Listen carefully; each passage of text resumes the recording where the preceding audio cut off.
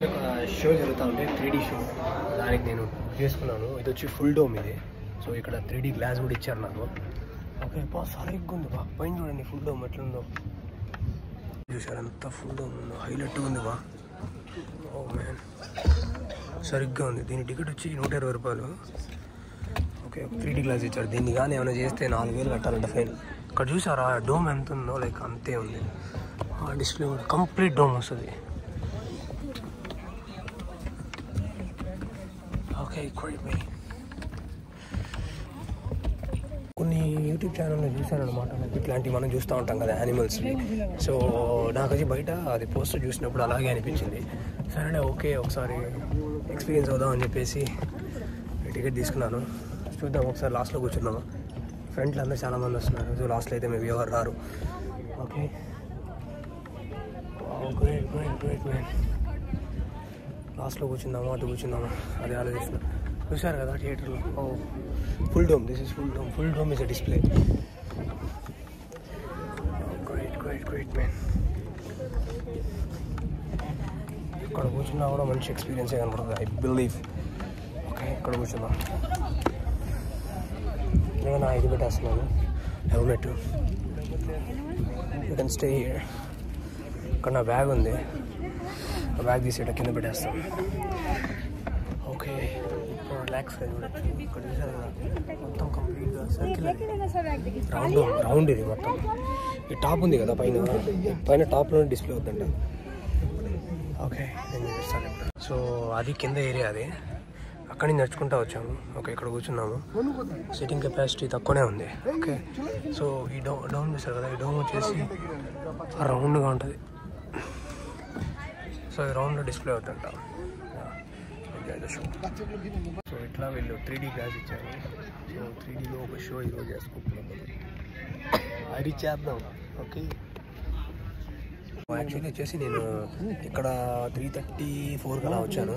సరే okay 1 hour ఉండి వెళ్ళిపోదాం అనుకున్నాను.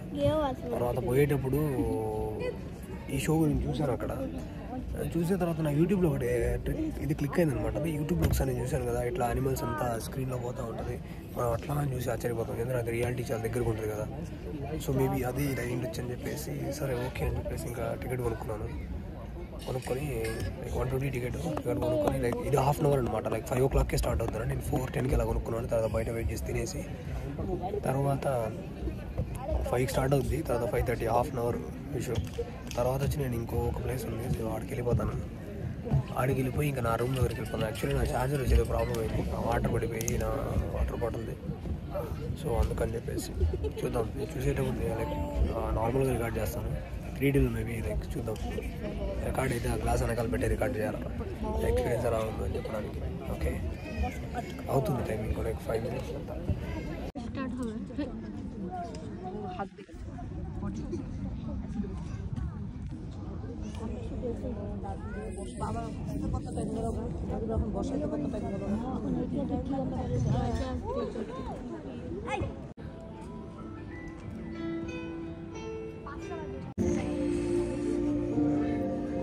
ज्ञान और जानकारियों के नए रास्तों पर चलते हुए हम पहुंच गए अंतरिक्ष में। कृत्रिम उपग्रह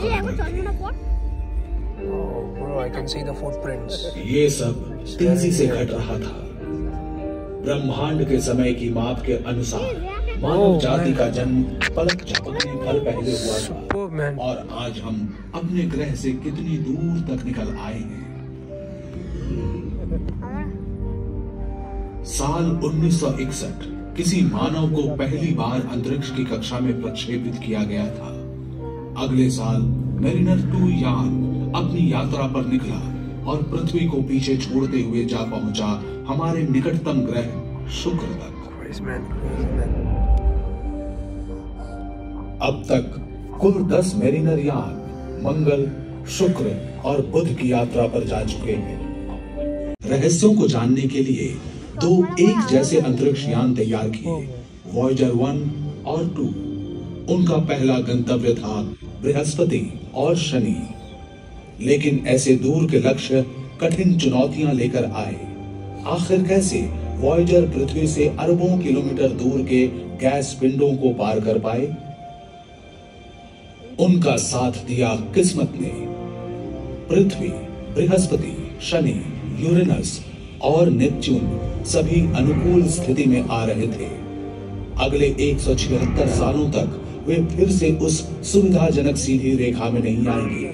ये बिल्कुल सही समय था।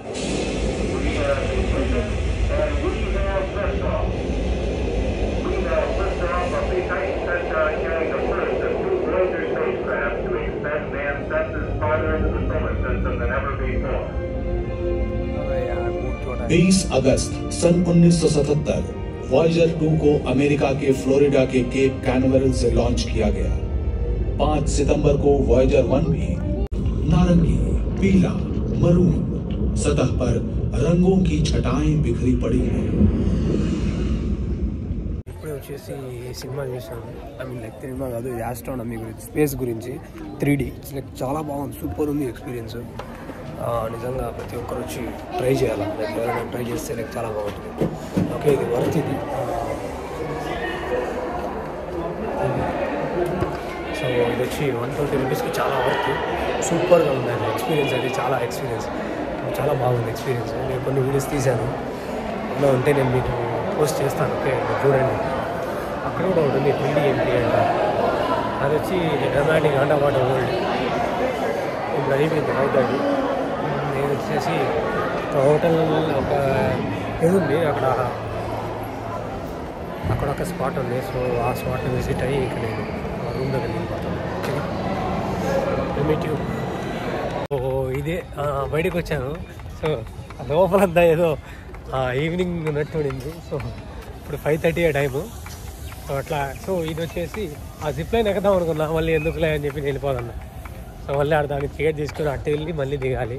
వాడు బయట దింపేస్తాడు. ఇక్కడైతే జిప్ లైన్ 1 వే ఉంది, 2 వే ఉంది. 1 వే 75, 2 వే 150.